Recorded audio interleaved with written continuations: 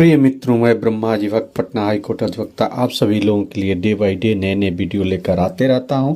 आज जो है आप लोगों के लिए एक विशेष वीडियो लेकर आया हूं जो महिला आरक्षण पे है कि महिला आरक्षण बिल संसद में आज 19 सितंबर 2023 को इसे संसद में रखा गया और इसे पास किया गया।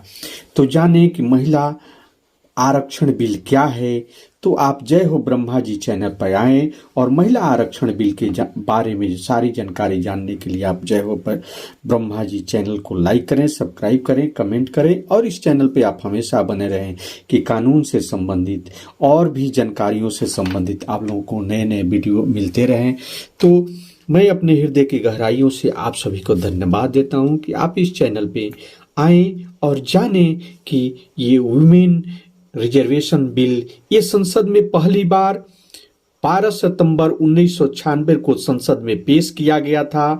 इसे श्रीमती प्रमिला दंडवते 1996 में महिला आरक्षण बिल प्रस्ताव पेश की थी।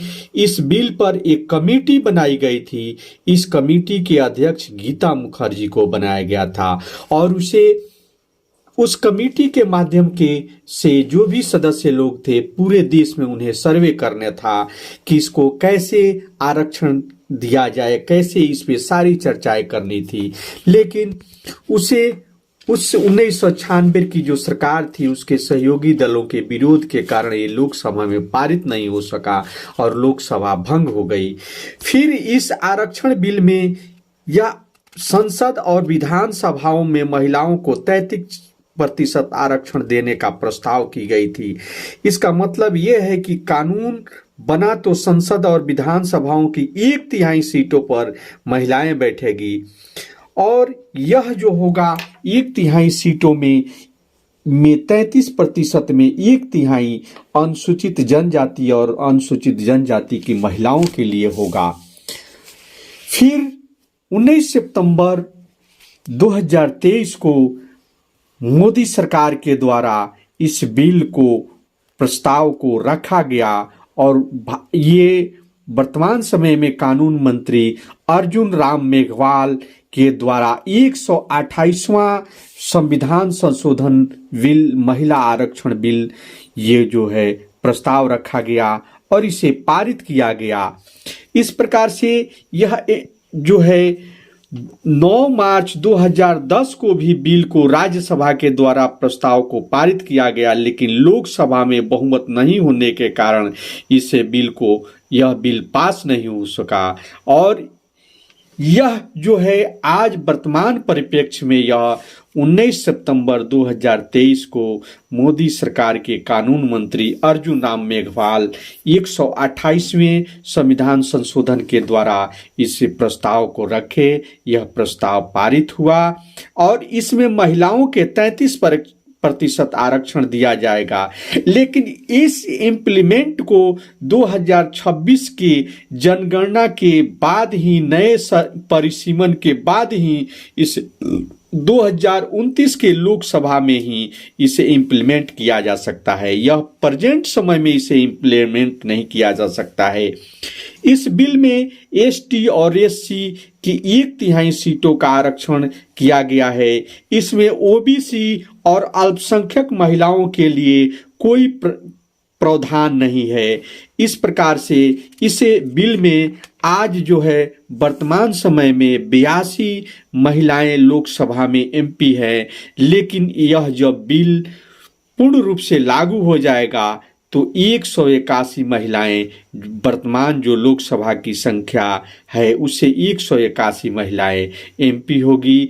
और इस प्रकार से यह जो है कानून का अमूर्त रूप लेने में इसमें समय लगेगा। 2026 के नए परिसीमन जनगणना होने के बाद ही इसे 2029 में ही लागू किया जा सकता है। इस प्रकार से इस बिल को एक भविष्य के गर्त में रखा गया है ताकि किसी प्रकार के वर्तमान परिप्रेक्ष्य में इसे लागू नहीं किया गया। अगर सरकार की पूर्णतः मंशा लागू करने की होती तो नोटबंदी को लागू कर दिया गया।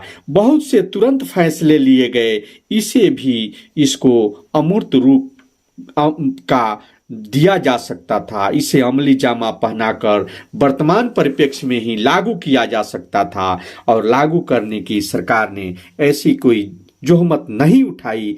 इस प्रकार महिला आरक्षण बिल आज से यह 2029 में ही लागू होगा और इस सच आने में समय लगेगा। और इस बिल को कैसे कार्यान्वित किया जाता है, इस बिल को कैसे पारित होता है, तो ऐसे होने में उम्मीद करता हूं कि यह सबसे निचली पायदान पे जो रहने वाली महिलाएं हैं उनका विकास होगा और वे महिलाएं इस माध्यम से राजनीति में सक्रिय होगी, आगे बढ़कर ऊंची सफलता पाएंगी, बुलंद हौसलों के साथ अपने राजनीतिक जीवन की ऊंची चोटियों पे वे पहुंचेगी और जो भी होगा महिलाओं का विकास होगा। और इसे वर्तमान समय में प्रधानमंत्री नरेंद्र मोदी के द्वारा नारी शक्ति बंधन अधिनियम इसे कहा गया है कि नारी का शक्ति का यह बंधन अधिनियम है।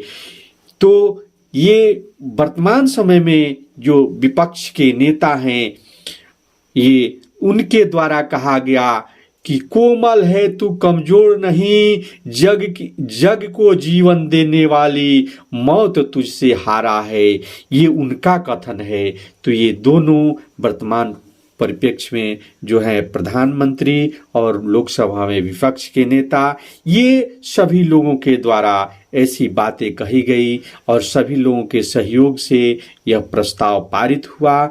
यह इस प्रस्ताव को भविष्य में इसे अमली जामा पहनाया जाए और 2026 के जो चुनाव, जो भी जनगणना है, नए परिसीमन है, नए परिसीमन के बाद नए विधानसभा लोकसभा क्षेत्रों का निर्माण होगा और उसके अनुसार इसको लागू किया जाएगा। तो उस समय इसकी सच्चाई आएगी कि इसके कार्यान्वित करने में क्या क्या कठिनाइयाँ आती है, कैसे होता है।